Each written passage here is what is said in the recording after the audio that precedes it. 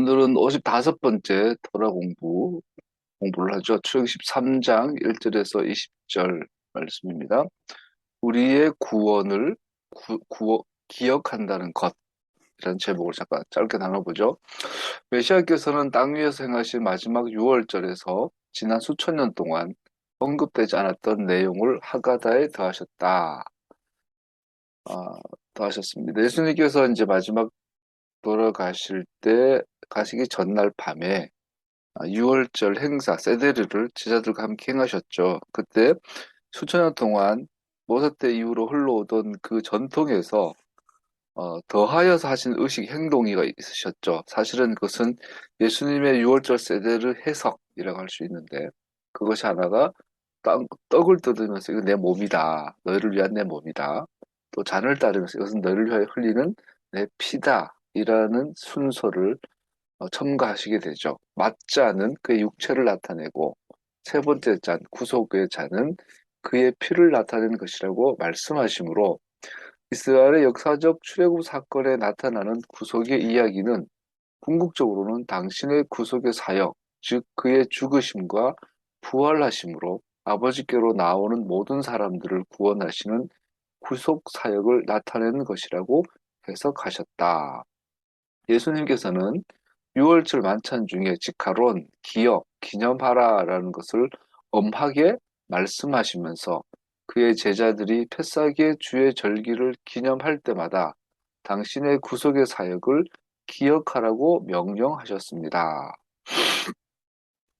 요즘은 6월절 대신에 부활절, 또 초막절 대신에 추수감사절, 또 생뚱맞게 크리스마스 이렇게 교회가 1800년 정도의 전통을 가지고 절기를 바꿔 버렸는데 그리고 우리가 프로테스탄트다, 구교다, 신교다 이렇게 하지만 그 캐톨릭은 구교고 프로테스탄트 신교, 개신교라 이렇게 말하지만 신학에서 교회에서 신학을 공부해 보니까 사실은 개신교가 구교고 캐톨릭이 신교예요, 사실은. 그런데 메시아니즘 관점에서 보면 별 차이가 없어요. 의미가 없어요. 뭐 우리가 성경에서 교파가 갈라지고 교단이 갈라지고 소위 신교와 구교의 가장 큰 차이점 중에 하나가 유카리스트, 성만찬이죠.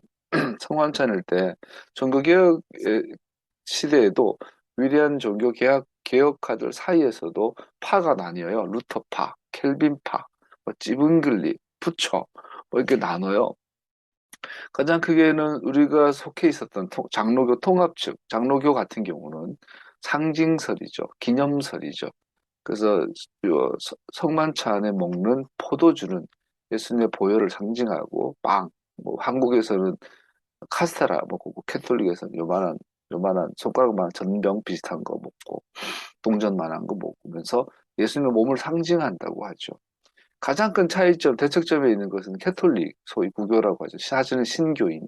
캐톨릭은 화채설이라고 이렇게 하죠. 화채설이라는 것은 실제로 신부가 이 축사를 할 때 그 잔 속에 있는 포도주가 실제로 예수님의 피로, 실제 피로 변화한다는 것, 화채설이죠. 그래서 이 피는 진짜 예수님의 보혈이기 때문에 한 방울도 남겨서도 안 되고 땅에 떨어져도 안 돼요. 그래서 제가 정말 그런가? 그래서 옛날에 그 종로가 맞나요? 을지로에 교회 섬길 때 바로 옆에 명동 길 건너면 명동교회 성당이 있었어요. 가봤더니 진짜 그러더라고요.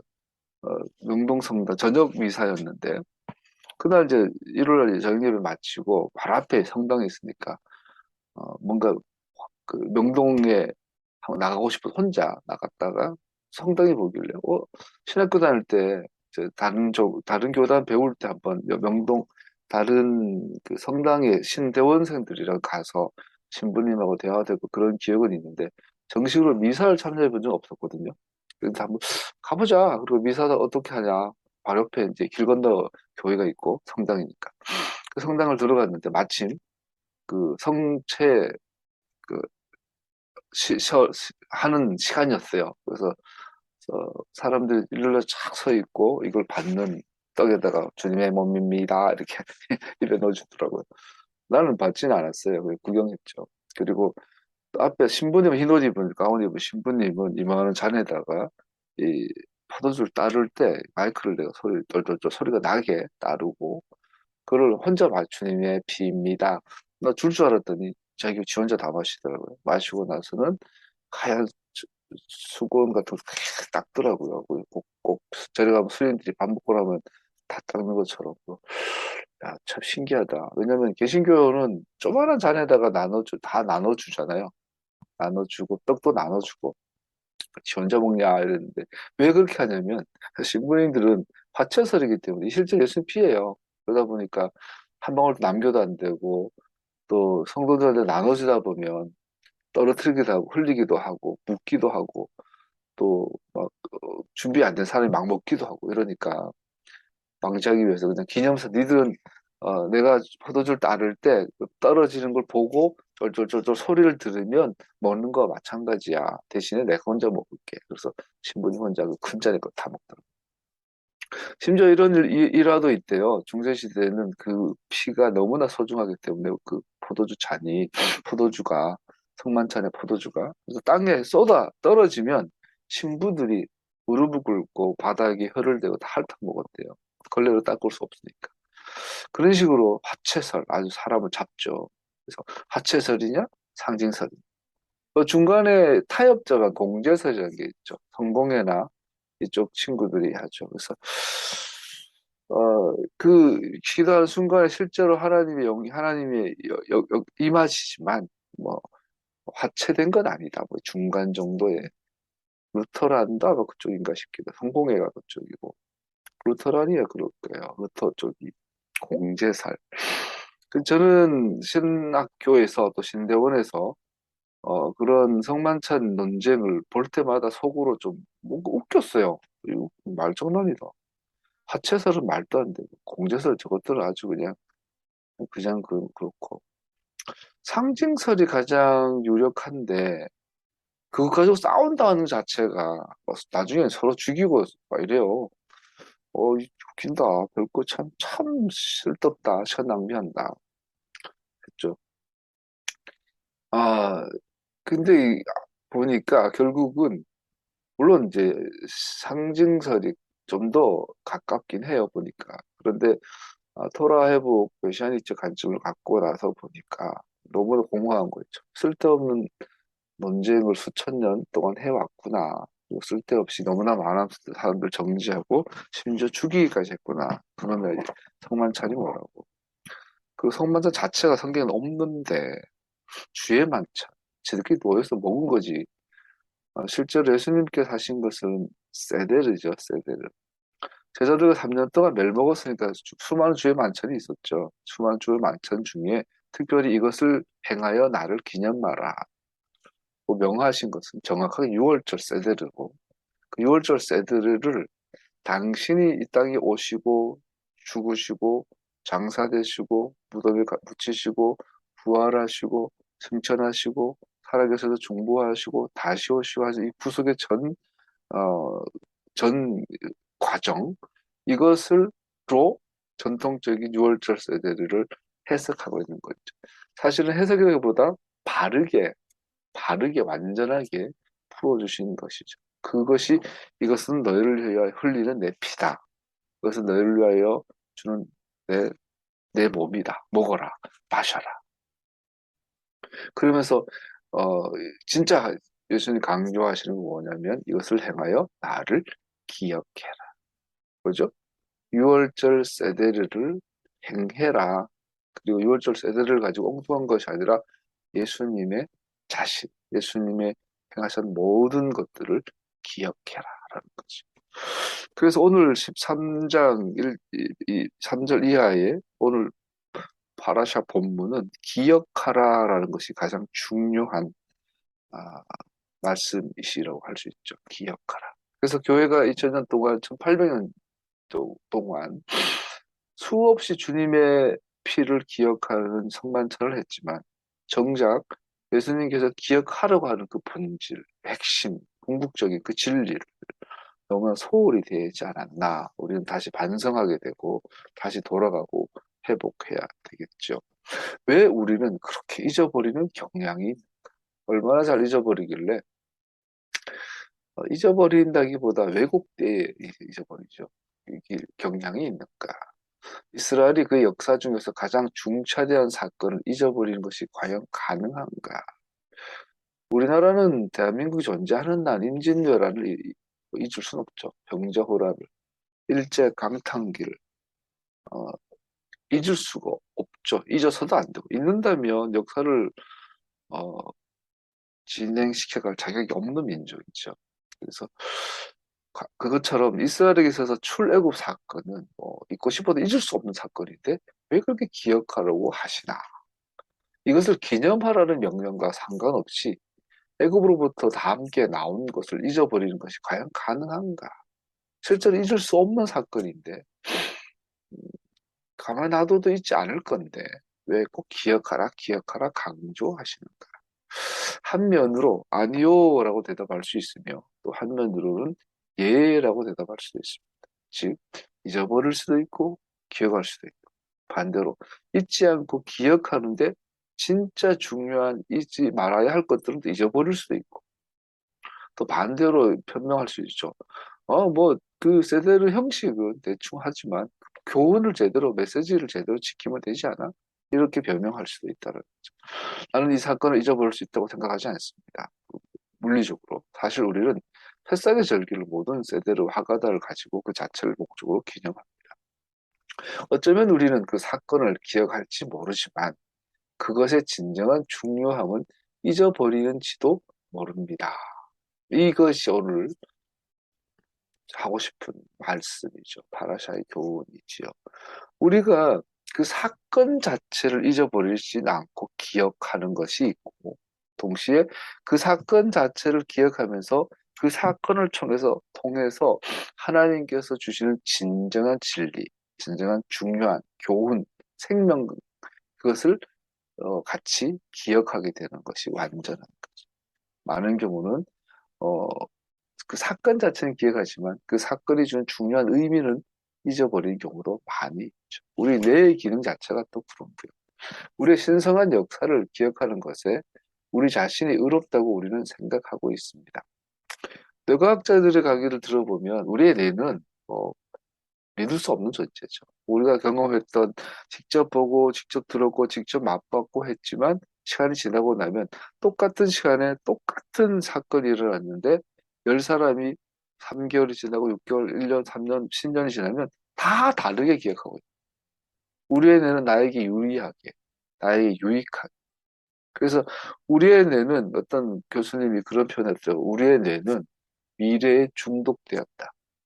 즉, 우리의 뇌는 처음부터 끝까지 미래밖에 없다라는 거예요, 미래. 이 뇌과학에서.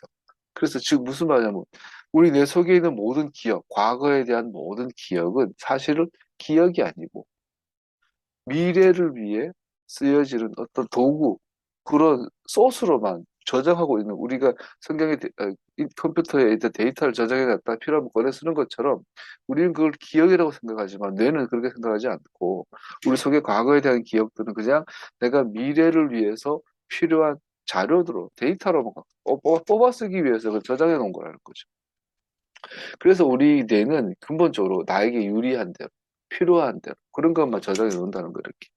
실제로 돌아보면 우리 과거를 되게 어, 아픈 것들은 자꾸 본능적으로 지워버리고 좋은 것들로 저장하려고 기억이라고 저장의 개념 큰 거죠.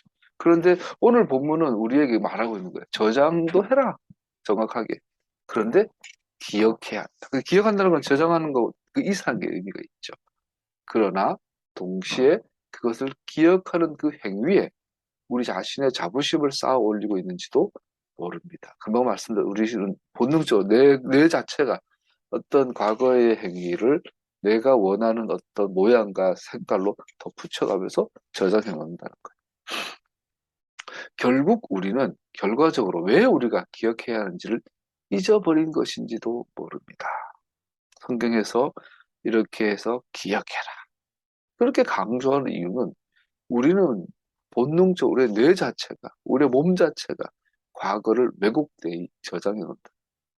그러다 보면 내가 이걸 왜 기억해야 하는지조차도 잊어버리고 정말로 하나님께서 의도하신 그 목적, 그 진실, 그 소리를 잊어 놓칠 때가 많다라. 패석을 기억하는 것은 중요하고 중심적인 것으로 테필린을 쓰는 것과 연결되어집니다. 그래서 이건 자세히 하진 않겠지만 토라에서 하나님 성경에 보면 우리가 기억하기 위해 수많은 장치들이 있어요. 그래서 절기마다 먹어야 되는 음식이 달라요.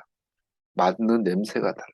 맛으로 기억하고 냄새로 기억하고 만져 촉감으로 기억하고 눈으로 시각으로 기억하고 듣는 소리로 기억하고 우리 오감 전체를 어릴 때부터 반복해서 기억하면서 그 사건 자체를 리코드한 것을 리플레이 하는 거죠. 뭐 우리가 세대 세대 그 전속 직계 비속 이렇게 쫙 하는 거죠. 그래서 영원토록 세대 레도로 봐도 세대 세대에 걸쳐서 똑같은 맛을 음식을 먹고 똑같은 냄새, 똑같은 소리, 똑같은 색깔을 기억하면서 이 사건을 기억하는.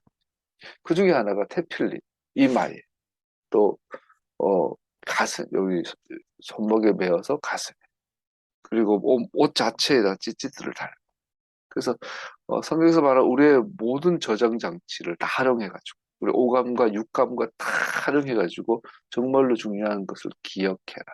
이것은 지금 아까 말씀드린 것처럼 두 가지죠. 첫 번째는 그 사건 자체를 기억해야 되지만 동시에 그 사건 자체를 기억하면서 동시에 그 사건이 갖고 있는 교훈, 진리, 하나의 말씀을 소리를 기억해요. 그거 이 두 가지는 같은 거다. 형식과 내용물은 본질은 다른 게 아니라 같다. 그 중요성은 분명하지 않습니까? 계명을 지키는 것과 구속하심은 함께 갑니다. 금방 말씀드린 것 같은 거. 형식과 본질, 진리는 하나다. 계명을 지키는 것, 즉 유월절을 기념하는 것은 의식 그 자체가 목적이 아니라 하나님을 알고 사랑하는 수단 자체가 됩니다. 그래서 예수님께서 이것을 행하여 나를 기념하라. 이것이 뭐냐면 유월절 세대르예요. 성만찬이 아니죠.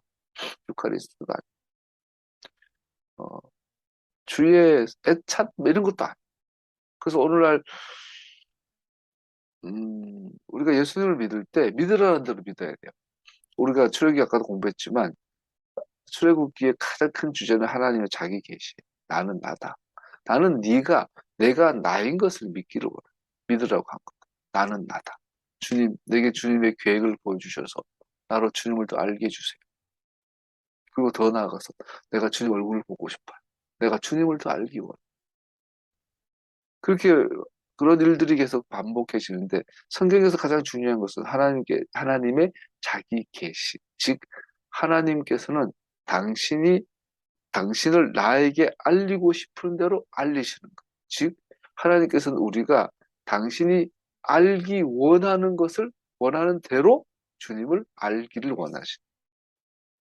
그렇게 하는 그래서 이것을 행하여 나를 기념하라. 두 가지 것 똑같이 이것을 행해야 돼요. 그리고 예수님을 기억해야 돼요. 유월절 세대를 행해야 돼요. 그리고 유월절 세대를 통해서 예수님을 정확하게 봐야 돼요. 이 두 가지예요. 이게 메시아예요. 근데 오늘날 교회는 유월절을 버렸죠. 유월절을 부활절로 둔갑시켰고, 유월절 세대를 부활절 성만찬으로 둔갑시켰어요. 그래서 레오나르도 다빈치가 최후의 만찬을 보면 그 앞에 닭고기가 있어요. 아니, 생선이에요, 생선. 양고기인데. 쪼로아, 어깨살, 반드시 양고기를 먹으려 했는데 생선을 먹고 자기 마음대로 바꿔버린 거죠. 그리고 식탁 자체도 전혀 성경적 식탁이 아니고 그냥 오늘날 드라마 찍을 때 우리 연속극 찍으면은 10명의 식구가 밥을 먹어도 다 이쪽을 보고 먹잖아요. 여기 찍어야 돼. 그런 식으로 해놨어요. 뭐 원근법이 어떻고 했지만 계명을 지켜야 돼. 그리고 그 안에 주님의 본질 진리를 들어야 돼. 이 두 가지는 항상 같이 가요. 뗄 수 없어요. 몸과 영혼은 같은 거예요. 이 몸에 저 영혼이 들어갈 수 없어요. 같아요. 기념하는 것은, 기억하는 것은 단순히 행사 자체를 행하는 것이나 혹은 의식과 관련된 상세한 규례들을 이해하는 것이 아닙니다. 기념하는 것은 우리의 구속을 완성하신 하나님을 알고 감사하는 것입니다. 선물을 줬으면 마음을 줘야죠. 선물을 주고 마음을 안 주면 뇌물이죠. 불순한 그 선물에 그 마음. 마음은 주는데 선물에 지저분한 걸 묻혀서 주면 이것은 마음을 안 준 거죠.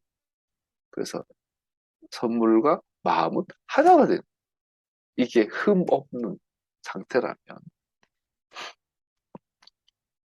우리 시대에 잘 알려진 설교자 존 파이퍼는 하나님께서는 우리가 하나님을 가장 만족할 때 우리를 가장 기뻐하신다라고 설교했는 설교에서 삶에서 우리의 하나의 의무는 다른 어떤 것보다 하나님을 아는 것이고 다른 어떤 것보다 하나님을 즐거워하는 것이라는 것을 생각하게 됩니다. 여기에서 기념하는 것의 핵심이 있습니다. 즉 다른 것들을 떠나서가 아니라 하나님을 알고 하나님을 사랑하는 것이 최고의 중요한 것이라는 것을 분명하게 하는 것입니다. 이것이 우리의 인생 여정의 목적이고 우리 수고의 대가이며 그의 지으신 존재의 목적입니다. 여러분과 나는 왜 사나? 나는 왜 사나? 나는 왜 존재하나? 나는 왜 존재하나? 감히 나의 짧은 저도 돌아보면 사춘기 때 그런 고민 많이 하잖아요. 나는 왜 사나? 나는 왜 사나? 신학교 가서도 매일 산에서 기도했어요. 철야도 많이 하고, 산에서 철야 많이 하고. 근데 사실은 하늘 향하여, 땅을 향하여 밤새도록 부르짖을 때, 내 속에 진짜 그거였어. 주님, 나를 왜 만들었습니까? 나는 누굽니까? 나는 왜 살아야 합니까? 나는 뭘 해야 됩니까? 왜 살고, 무엇을 하다 살아야 합니까? 무엇을 위해 살아야 합니까? 이런 몸부림이었던 것 같아요. 그래서 그 깊이는 뭐 구도적인 건 아니었지만 뭐 내 존재자 그렇게 그렇게 20대를 보냈던 것 같아요. 그게 보내고 났더니 어느 순간에 자연스럽게 깨달아지는 부분이 있던 게 이런 거였어요. 아, 내가 하나님을 위해 사는구나. 그분 때문에 존재하고 그분을 위하여 존재하고 그리고 나가서 그런 어떤 단 3차원적인 것이 좀 더 나가니까 하나님 자신이 나의 목적, 나의 목표, 나의 존재의 이유구나.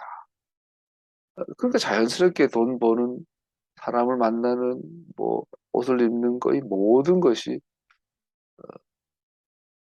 하나님을 더 가까이 하기 위한, 더 알기 위한 것이란 것이 이게 자연스럽게 와닿는 것 같아요. 그러다가 결혼하고, 가정을 이루고, 아이를 낳고, 먹고, 개척을 해가지고, 철없이 살다가, 이제 나이가 들고 하면서, 아, 하나님, 하나님 나의 전부고, 나 인생, 내가 정말 살아갈 이유입니다. 네. 돈도 있었으면 좋겠어요. 이런 섞여져질 것 같아요. 요즘 가끔 겁나요. 나이 드는 게. 50대인데. 60대가 되면 난 얼마나 변질하고, 얼마나 하나님 앞에서 늙어버릴까. 하나님, 하나님 사랑합니다. 그랬는데, 하나님도 사랑하는데요. 돈도 괜찮고요. 명예도 좀 주시고요. 막 그런 마음이 더 커지는 것 같아요. 그래서, 아, 이 변질, 어린아이 같은 마음으로 살다 죽어야 되는데, 늙을수록 더 늙어지면 안 되는데, 겁이 납니다. 세상 밖에서 살기 위해 하나님만을 구하는 하나님 나의 전부인 인생은 이 세상 밖에서 자기를 금기하는 중세 수도원주의자들처럼 우리 인생의 많은 관계와 일들이 중요하지 않고 피해야 하는 것 이런 것을 의미하지 않습니다. 이것은 잘못된 방향, 명백하게 잘못된 방향입니다. 10분이 피할 것들이라는 것을 의미하지 않습니다. 선한 모든 것들과 하나님께서 우리의 유익과 즐거움을 위해 만드신 것들은 하나님을 알고 전심으로 하나님을 가까이 하는 수단으로 주셨습니다. 삶의 관점이 이렇게 변화가 됩니다. 창조주를 알기 위한 우리의 모든 갈망과 기대를 갖기 위한 수단으로 주신 모든 것들은 그 현존으로 가득 채워졌습니다. 나의 사역, 나의 섬김은 목적이 아니라 수단입니다. 그것은 그 자체를 느슨하게 갖고 더 고상한 목적을 위해 수단들입니다. 우리 가운데는 자기만을 위해 사는 사람도 없고 자기만을 위해 죽는 사람도 없습니다. 우리는 살아도 주님을 위하여 살고 죽어도 주님을 위하여 죽습니다. 그러므로 우리는 살든지 죽든지 주님의 것입니다. 나는 여러분 가운데 예수 그리스도 곧 십자가에 달리신 그분밖에 아무것도 알지 않기로 작정하였습니다. 그런데 내게는 우리 주 예수 그리스도의 십자가밖에 자랑할 것이 아무것도 없습니다. 그리스도로 말미암아 내 쪽에서 보면 세상이 죽었고 세상 쪽에서 보면 내가 죽었습니다. 그래서 예수께 속한 사람은 정욕과 욕망과 함께 자기 육체를 십자가에 못 박았습니다. 그뿐만 아니라 내 주 예수 그리스도 아는 지식이 가장 고귀함으로 나는 그 밖의 모든 것들을 해로 여깁니다. 나는 그리스도 때문에 모든 것을 잃었고 또 모든 것을 허물로 여깁니다. 나는 그리스도를 얻고 그리스도 안에 있는 사람으로 인정받으려고 합니다. 바울은 어떻게 이런 하늘의 생각을 할 수 있었을까요? 그는 단약의 계시를 통해 완전하고 정확한 방법으로 하나님을 알기 원하였고, 그는 그렇게 자신이 원하는 그 어느 것보다 그분을 기뻐하는 어, 성숙함에 이르게 되기 원했습니다. 패삭이 주는 메시지는 분명합니다. 첫 번째 패삭 이후의 모든 세대를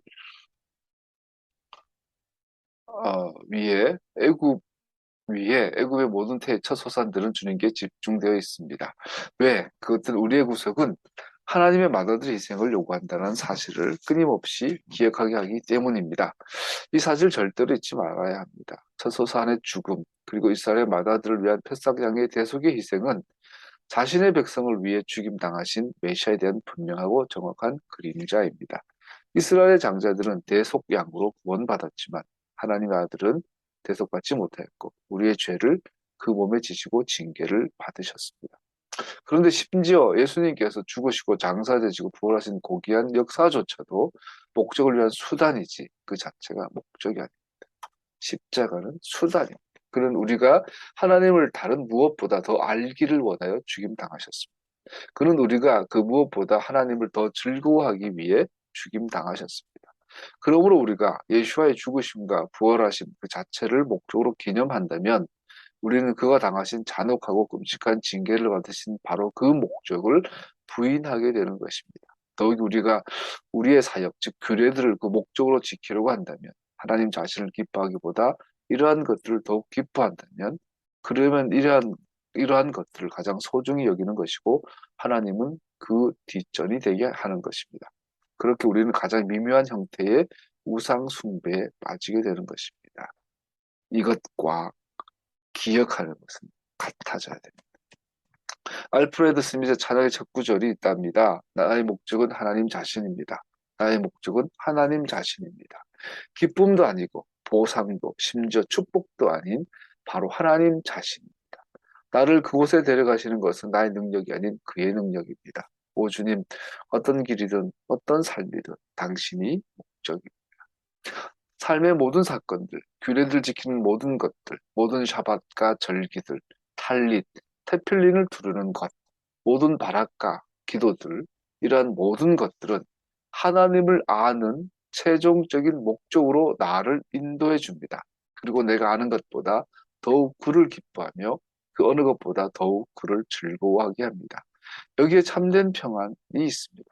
여기서는 예수님을 통해, 예수아를 통해 증명된 그의 사랑으로부터 그 어느 것도 우리를 분리시킬 수 없으며, 그러므로 여기서는 그는 그와 함께 있고, 그는 나와 함께 계시며, 그 어느 것도 이 기쁨으로부터 나를 갈라놓을 수 없습니다. 왜냐하면 그가 나의 모든 기쁨이기 때문입니다. 여기에서는 그 어떤 것도 나를 참된 진리로부터 떼어놓을 수 없습니다. 왜냐하면 그가 모든 진리이기 때문입니다. 그리고 나는 그를 진리로 알기 때문입니다. 여기는 안전한 곳이고 강한 곳입니다. 이곳은 어린 양이 임마누엘 땅의 모든 영광이 되면 영광이 영원한 나라를 준비하는 곳입니다.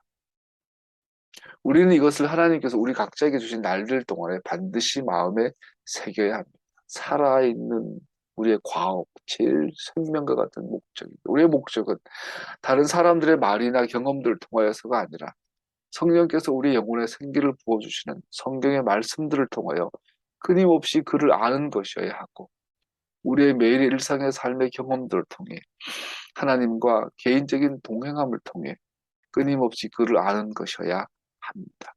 바울이 이렇게 고백한 것처럼 빌립보 3장 7절에서 11절 말씀을 같이 읽어보죠. 그러나 나는 내게 이루었던 것은 무엇이든지 그리스도 때문에 해로운 것으로 여기게 되었습니다. 그뿐만 아니라 내 주 예수 그리스도를 아는 지식이 가장 고귀함으로 나는 그 밖의 모든 것을 해로 여깁니다. 나는 그리스도 때문에 모든 것을 잃었고 그 모든 것을 오물로 여깁니다. 나는 그리스도를 얻고 그리스도 안에 있는 사람으로 인정받으려고 합니다.